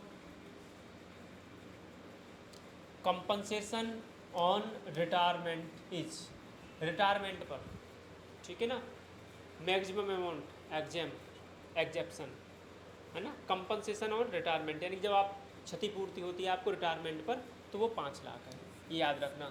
ये अमाउंट तो देखो जी आपको याद रखनी है और यहाँ से बन सकता है क्वेश्चन, इतना भी ध्यान रखना।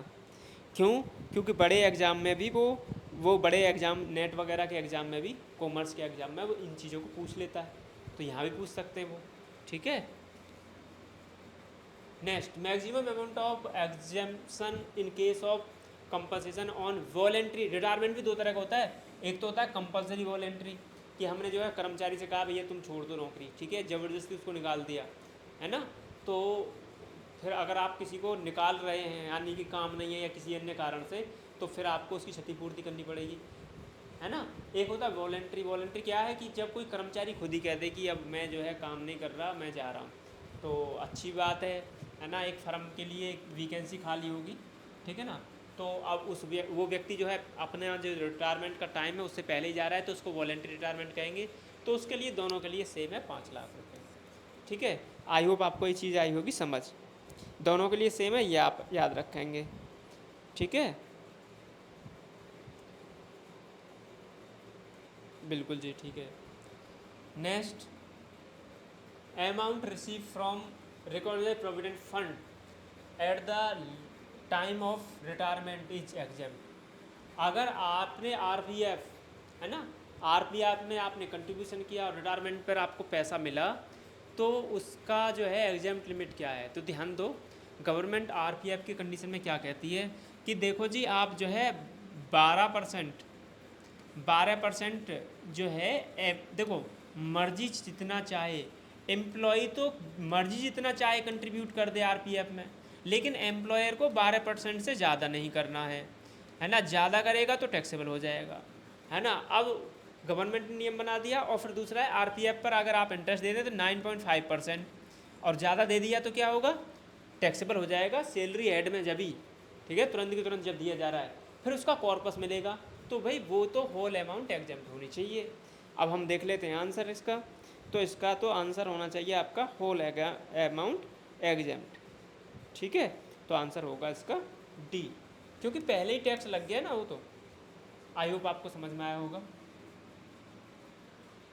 On retirement of government employee exempt is available on exemption. Employee exemption is available on commuted value of pension, है ना, अमाउंट ऑफ ग्रेजुटी, और encashment of earned leave, all of these. तो गवर्नमेंट एम्प्लॉई की condition में उसने हमसे पूछा है सरकारी कर्मचारी की दिशा में रिटायरमेंट पर, है ना, रिटायरमेंट पर। तो हमने आपको बताया है कि ये देखिए ऐसे तो नहीं कह रहा है मंथली पेंशन। कंप्यूटेड पेंशन का मतलब है एक साथ जो पैसा मिल जाता है, ठीक है ना। ग्रेजुटी मिलती है तो बता दिया हमने, सरकारी व्यक्ति को मिलती है, और इनकेसमेंट मिल रहा है सरकारी व्यक्ति के लिए, सारा का सारा एग्जेम्प्ट होगा। बात समझ में आई है ना, ठीक है जी। आगे नेक्स्ट क्वेश्चन है, where an individual received entertainment gratuity from more than one employer he can claimed exempt. देखो इसमें ये बोल रहा है वेयर एन इंडिविजुअल, जब एक जो आपका इंडिविजुअल है रिसीव रिटायरमेंट ग्रेजुटी, रिटायरमेंट होता है ग्रेजुटी पाता है, फ्रॉम मोर देन यानी कि एक से अधिक नियोक्ताओं से वो ग्रेजुटी पा रहा है, तो अब उस केस में कैसे एग्जेम्प्ट करेंगे, कैसे निकालेंगे, ठीक है। देखें, in respect of both of them maximum amount not exceed 10 lakhs for each employ, only for the first employer, in respect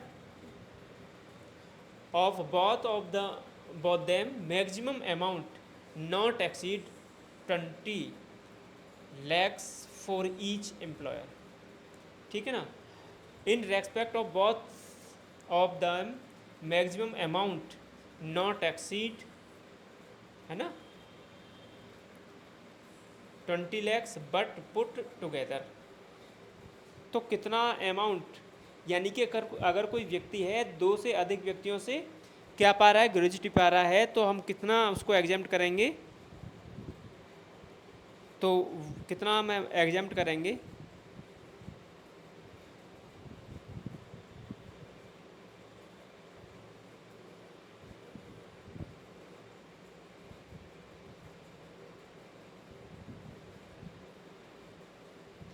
तो इसमें जो आपका आएगा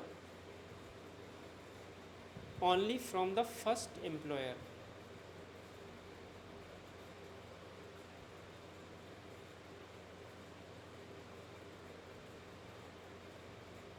देखिए रूल तो ऐसा है कि मान लो एक साथ मिला है उसे,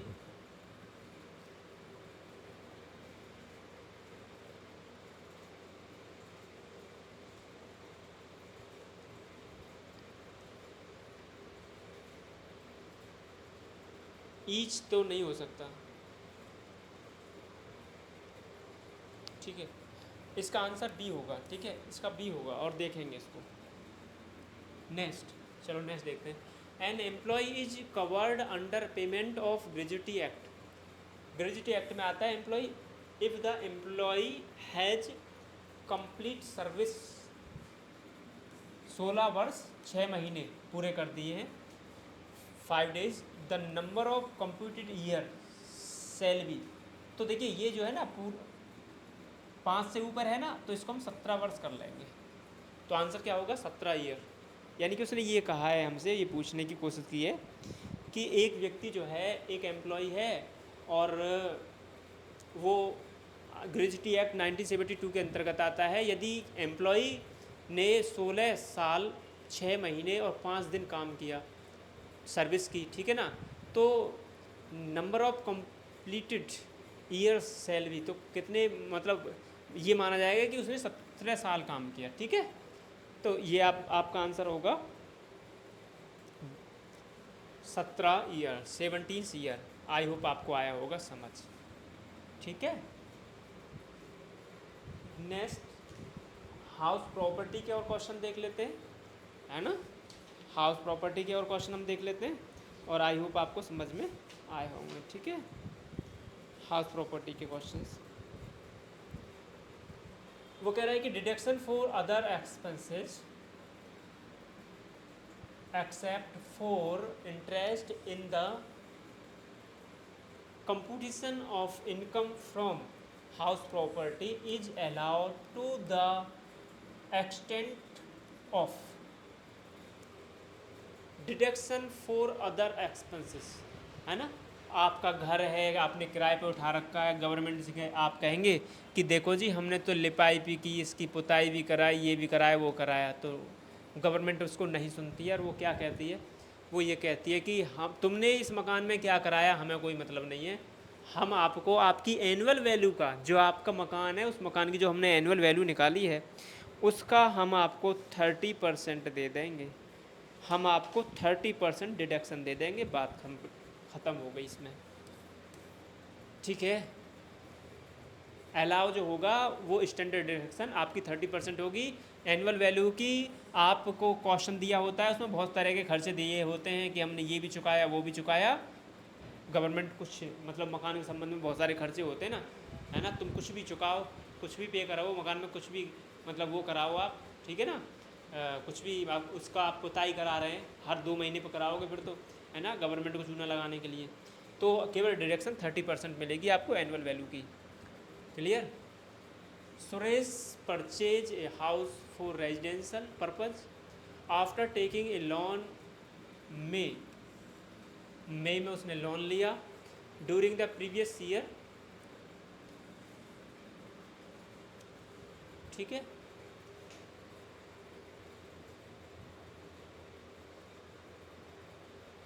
ही पेड इंटरेस्ट लोन इतना in computing income from house property, deduction is allowed to the extend of. अच्छा,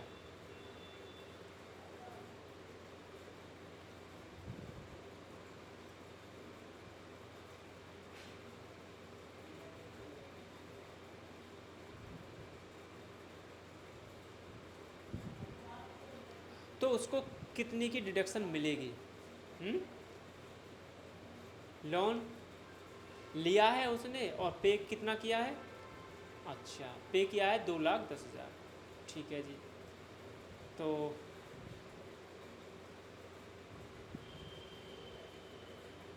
भाई उसने मकान लिया है, मकान ख़रीदा है, जब मकान ख़रीदा है तो भाई वो जो है उसने लोन लिया मकान ख़रीदने के लिए, है ना। मकान खरीदने के लिए क्या लिया, लोन लिया, ठीक है, और रहने के लिए मकान खरीदा है उसने, ठीक है। वो कह रहा है कि computing income from house property, house property के अंतर्गत मतलब उसकी कैलकुलेशन करो, डिडक्शन बताओ कि कितनी अलाउ होगी। तो देखो जी, अगर आपने कोई अपने रहने के लिए मकान ख़रीदा है ना, और उस पर लोन लिया है, लोन पर ब्याज दिया है, तो मैक्सिमम डिडक्शन आप इंटरेस्ट की 2 लाख तक ले सकते हैं, ठीक है। 2 लाख देख लेंगे तो आंसर होगा आपका ये। आपको समझ में आ गया होगा, फैक्ट का क्वेश्चन है तो ध्यान रखना है, ठीक है ना। Interest on loan paid prior to completion of constructions of house shall be allow as deduction. तो क्या डिडक्शन मिलेगी, ठीक है ना। इंटरेस्ट ऑन लोन, लोन पर ब्याज पेड किया गया है, ठीक है ना, जिसको जो है prior to completion of construction of house. अच्छा, देखो हमने मकान बनवाया, मकान बनवाने ठीक है ना, मकान बनवाने से पहले हमने लोन लिया, तब हमने मकान बनवाया। तो जब से हमने लोन लिया तब से मकान के निर्माण होने की अवधि तक जो इंटरेस्ट होगा उसको हम प्रियर, है ना, प्री इंटरेस्ट बोलेंगे। तो उसकी डिडक्शन आपको कैसे मिलेगी, वो उसकी मिलेगी 5 इंस्टॉलमेंट फॉर 5 ईयर, ये होगा 5 बराबर किस्तों में 5 वर्ष में आपको डिडक्शन मिल जाएगी जी। मुझे बताओ समझ में आया है सबको, ठीक है। नेक्स्ट, इंटरेस्ट पेड ये on loan taken in a previous year, इतने में एक लोन लिया, उस पर ब्याज दिया। For the renovation of self occupied house, ठीक है ना, और उसमें खुद रह रहा है वो। Computing income from house property the deduction is allowed to the extent of. तो 1,20,000 का उसने इंटरेस्ट पे किया है ना, 1,20,000 का इंटरेस्ट पे किया है।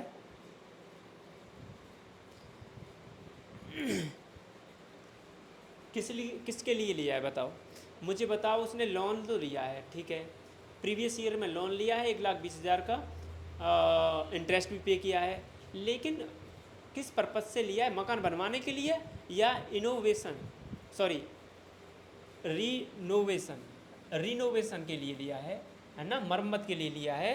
तो हमने बता रखा है आपको 30 लाख, 30 लाख से ज़्यादा की आपको डिडक्शन नहीं मिलेगी अगर आपने ऐसे मकान के लिए जिसमें आप खुद रहते हैं, भाई लेट आउट नहीं है, सेल्फ ऑक्युपाई हाउस है, और उसके लिए लोन लिया है और उसकी मरम्मत के लिए लोन लिया है ना, मरम्मत के लिए लोन लिया है, खरीदने के लिए नहीं।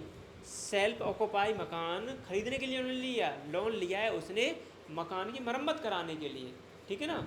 तो उसमें अधिकतम क्या है, 30,000। आई होप आपको समझ में आ गया होगा भाई, ठीक है। The annual value of the vacant house property खाली रह गई, refer to in section 23 subsection 2 section B sale B, है ना। जो एनुअल वैल्यू होती है खाली रहे मकान की, एनुअल वैल्यू जो है रेफ़र करती है, जो सेक्शन है आपका 23 टू सेक्शन बी, किसको रेफ़र करती है, वो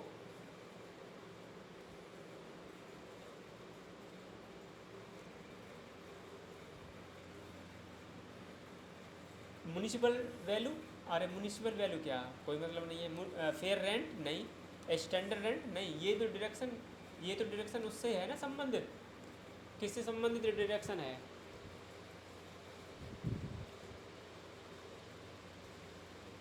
25 तो हो गया है ओनरशिप से संबंधित। तो ये आपकी डिडक्शन है। एक तो देखो 24 की डिडक्शन होती है उसमें, स्टैंडर्ड डिडक्शन, ये इंटरेस्ट से संबंधित डिडक्शन है तो इसमें आएगा नहीं, ठीक है। आई होप आपको समझ में आया होगा।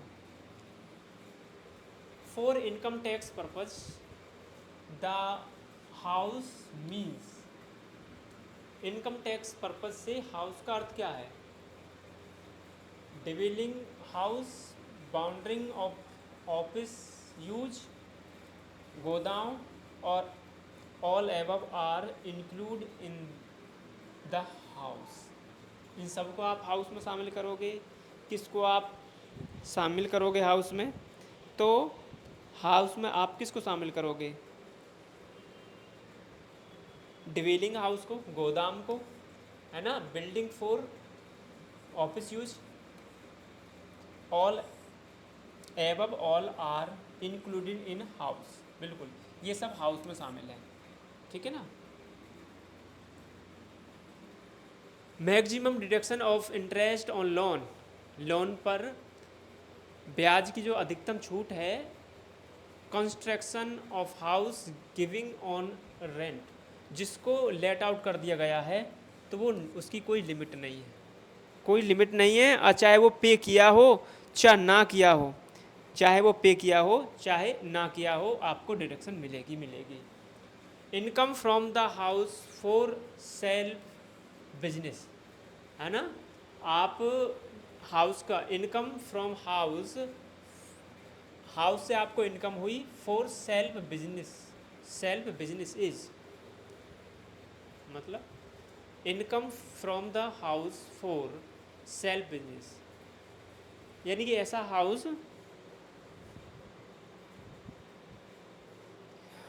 हाउस जिसका आप जो है यूज अपने बिजनेस में करते हैं और उससे इनकम हुई है, ठीक है ना। वो कह रहा है कि सेल्फ बिजनेस में होने वाले मकान से जो इनकम होती है वो क्या कैसी होती है? निल होती है, ठीक है ना। अगर कोई मकान है और उस मकान में आप खुद अपना बिजनेस करते हैं तो उस मकान से होने वाली इनकम जो है ना निल होगी, जीरो होगी। X purchase a house for residence and borrowed loan, इतने का लोन ले लिया है। Deduction of the interest when interest payable in previous year, इतना, तो ठीक है ना, प्रीवियस ईयर में इतना पे किया है, लोन लिया है 9,75,000 का, है ना।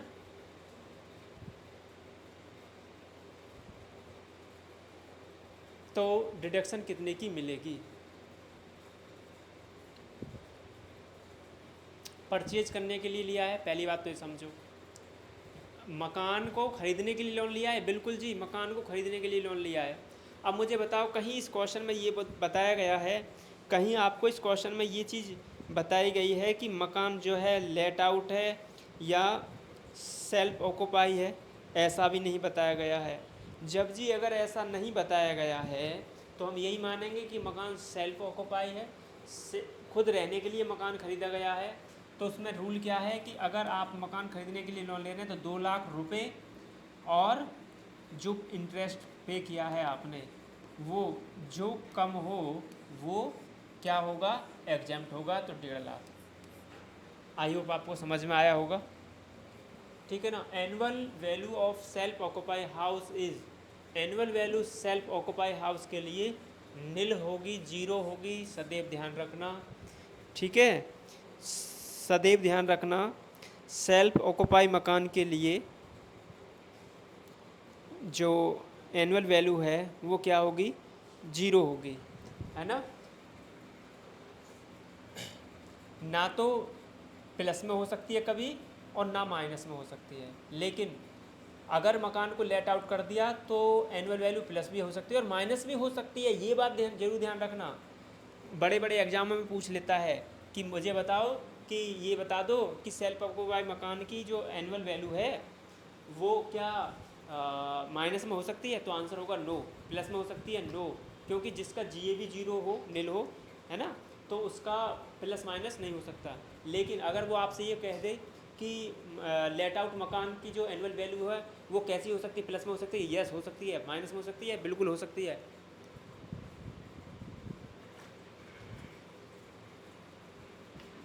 आई होप आपको समझ में आया होगा, ठीक है, clear. Next, which house property is not charge to tax? Farm house tax लगेगा, place of an ex ruler tax लगेगा, यानी कि ये जो प्रॉपर्टी है एक्स रूलर की राजा की, पुराने राजा की, उस पर टैक्स वो लगेगा टैक्स, और बिजनेस बिल्डिंग पर लगेगा नहीं। तो इसका आंसर होगा डी। मैं आपको बता देता हूँ इसको और डिटेल में कि देखिए, जो मतलब फार्म हाउस की बात करी गई है, एक खेत है, खेत के पास ही उसने क्या बना लिया, एक गोदाम बना लिया किसान ने बनाया है, ध्यान रखो, और अपने खेत में से उपज को इसमें रखता है, और किसी पड़ोसी की भी रख ले, इनकम हो गई, तो वो एग्रीकल्चर इनकम है और एग्जाम्प्ट है, याद रखना। नॉट चार्ज नहीं होगा, टैक्स नहीं लगेगा इस पर। और अगर मकान, देखो आपको पता है ना, हमारे देश में पहले विरासत हुआ करती थी, राजा महाराजा, तो एक मकान किसी राजा का है तो, और उससे उसको इनकम भी होती है ना, तो उसकी इनकम एग्जेम्प्ट होगी, यानी कि नॉट चार्ज टू टैक्स होगी। और मैंने ये तो बता ही रखा आपको, बिजनेस बिल्डिंग, अगर आप कोई मकान हाउस प्रॉपर्टी है, अगर वो खुद की भी है ना, और आप उस मकान में अपनी खुद की बिजनेस चला रहे हो, तो एग्जेम्प्ट होगी, ठीक है। Annual value of house property इतना है ना। ABC इक्वल को ऑनर हैं, 2 मालिक हैं, है ना। B income from house property shall be, तो बी की जो हाउस प्रॉपर्टी से इनकम होगी वो कितनी होगी, दो व्यक्ति हैं इसके स्वामी, इसके जो स्वामी हैं वो 2 व्यक्ति हैं, ठीक है ना। तो बी के लिए कितना होगी, ठीक है। चलो पहले देखते एनुअल वैल्यू 1,20,000, डिडक्शन तो टैक्सेबल पूछा है ना, तो 1,20,000 का स्टैंडर्ड डिडक्शन तो घटा दें, घटा दिया जी, 12 जो 36,000, ठीक है, 36,000 बना, 0,0,0 हैं, 4 और 8। तो अब ये ए और बी दोनों के लिए टैक्स देना है इतना, तो आधा कितना देना है, 42। समझ आया आपको, को ऑनर है, 2 मालिक है भाई, आधा आधा टैक्स देंगे, फिर 2 मालिक बने फिर रहे हैं तो। The annual value of a house property is इतना, है ना। स्टैंडर्ड डिडक्शन ये जो बताना है आपको, तो क्या होगा स्टैंडर्ड डिडक्शन, 40,000 लिखो, और 40,000 का कितना लिखेंगे आप, 30%, 30%, 4 या 12,000, तो आंसर होगा सी, ठीक है ना। न्यूमेरिकल क्वेश्चन तो आराम से आप कर लेंगे जिस तरह से हमने बताने की कोशिश की है, ठीक है। अगर आपने पढ़ा है, कोर्स लिया है तो, ठीक है। Next, arrear of rent receive during the previous year, बकाया था, है ना, और वो प्रीवियस ईयर में रिसीव हो गया 1,00,000 रुपये, from the amount deduction shall be allowed, तो कितनी अमाउंट डिडक्ट हो जाएगी, है ना। बकाया था, पैसा नहीं मिला था, जब पैसा नहीं मिला था तो उस पर टैक्स भी नहीं लगा होगा, हम तो ये मान के चल रहे हैं। और जब टैक्स भी नहीं लगा होगा, पैसा नहीं मिला है, और उसने कह दिया होगा अथॉरिटी वाले ने कि चलो जी पैसा नहीं मिला है तो ठीक है, डिडक्शन हम आपको दे रहे हैं, तो पहले ही उसको जब हमने उसमें इनकम फ्रॉम हाउस प्रॉपर्टी की उसमें इनकम में नहीं जोड़ा है, तो फिर इसका मतलब हमें स्टैंडर्ड डिडक्शन भी नहीं दिया होगा। तो 1,00,000 पर हम जो है अब स्टैंडर्ड डिडक्शन दे देंगे, 1,00,000 का 30%, तो वो हो जाएगा 30,000, तो आंसर होगा इसका 30,000, ठीक है। आई होप आपको समझ में आया होगा। अनरियलाइज रेंट, अप्राप्त किराया, subsequent to claiming deduction realise 1,00,000 from this amount deduction allow, तो कितना अलाउ होगा, है ना। अप्राप्त किराया, ऐसा किराया जो प्राप्त नहीं हो पाया, ठीक है ना। और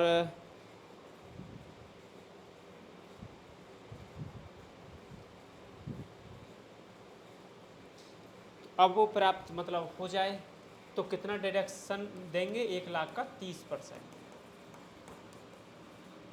यानी कि 30,000। आई होप आपको समझ में आ रहा होगा, ठीक है, कोई दिक्कत नहीं है न्यूमेरिकल क्वेश्चंस में।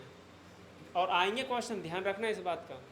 The base of computation of income under the head income from house property, है ना, इस हाउस प्रॉपर्टी के अंतर्गत, है ना, इनकम फ्रॉम हाउस प्रॉपर्टी के अंतर्गत computation of income under the head, तो ये कह रहा है कि base of the computation of, क्या बेस होता है, income from house property head के अंतर्गत क्या बेस होता है? तो किसको बेस मानकर हम टैक्स लगाते हैं बताएं?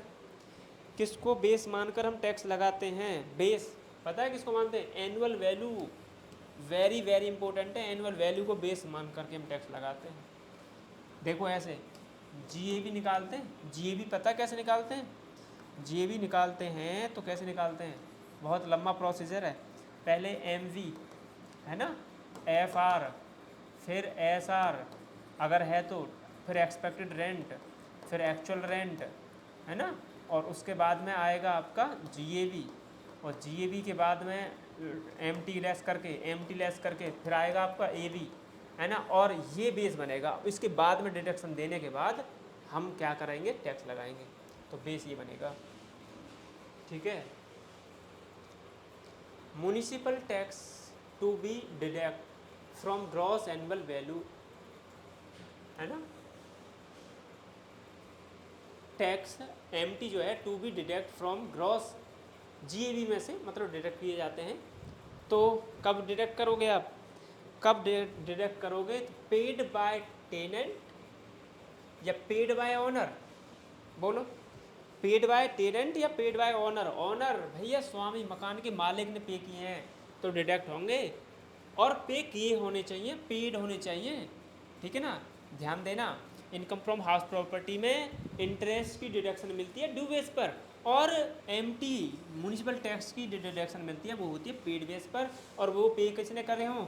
ड्यूरिंग ईयर, किसने? ऑनर ने, और प्रीवियस ईयर पे कितनी भी पिछले कितने वर्ष के किए हों, आंसर होगा हमारा बी, ठीक है।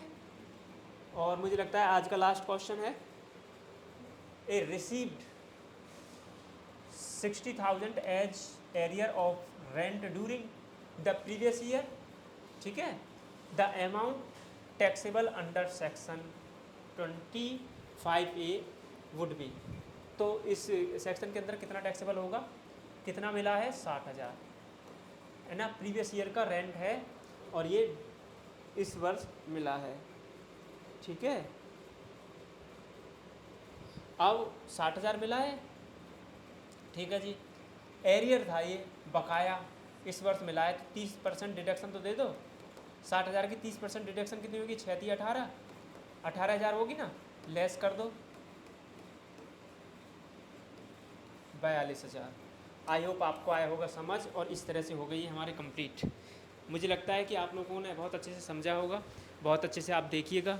ये 42,000 लिखा हुआ है, अगर आपको सही से समझ नहीं आ रहा हो तो मैं इसको 42,000 देखो ऐसे करके 42,000 आंसर आएगा, ठीक है। कोशिश की है आप लोगों को बहुत अच्छे से बताने की, है ना। और कोई समस्या है, कोई दिक्कत है, कोई क्वेश्चन नहीं हो रहा है तो आप हमसे डायरेक्टली भी संपर्क कर सकते हैं, ठीक है।